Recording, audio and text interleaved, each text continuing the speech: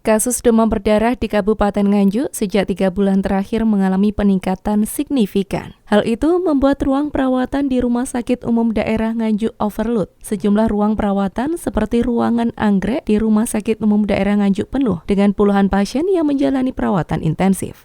Membludaknya pasien demam berdarah mayoritas yang terjangkit anak-anak hingga remaja, membuat pihak rumah sakit harus menambah bed kasur. Yang sebelumnya hanya terdapat 24 bed kasur, kini bertambah menjadi 37 bed kasur. Karena banyaknya pasien, terutama adalah pasien yang anak-anak kita kan sangat beludak. Akhirnya di ruangan anggrek yang merawat anak itu kita tambahkan bed sekitar ada 10 bed. Dan itu ditempatkan di selasarnya atau di tengah-tengah, kita atur bagaimana caranya biar pasien bisa masuk dan dirawat di RSUD ini. Yang hari ini yang jumlah dirawat masih 37, masih full ruangan, dan di IGD pun juga sudah ada yang antri 7 anak.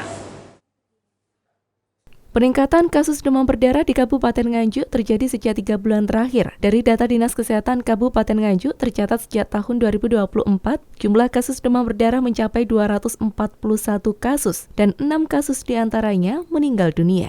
Kabid P2P Dinas Kesehatan Nganjuk menegaskan pada tahun 2024 ini, kasus demam berdarah mengalami peningkatan yang signifikan dibandingkan pada tahun sebelumnya. Pada tahun 2024 terdapat 241 kasus, 6 diantaranya meninggal dunia. Sedangkan pada tahun lalu terdapat 205 kasus dengan kematian 3 orang. Untuk Kabupaten Nganjuk saat ini mengalami peningkatan.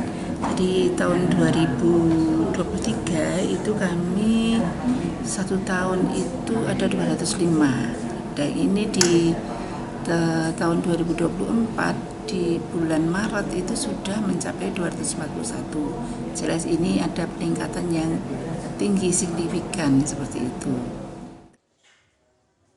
Sejauh ini, upaya yang dilakukan petugas untuk pencegahan demam berdarah selain melakukan fogging, juga menghimbau kepada warga agar tak menyepelekan penyakit DBD, sebab jika penanganannya terlambat, dampak paling fatal bisa menyebabkan kematian. Dari Nganjuk, Ahmad Syarani melaporkan.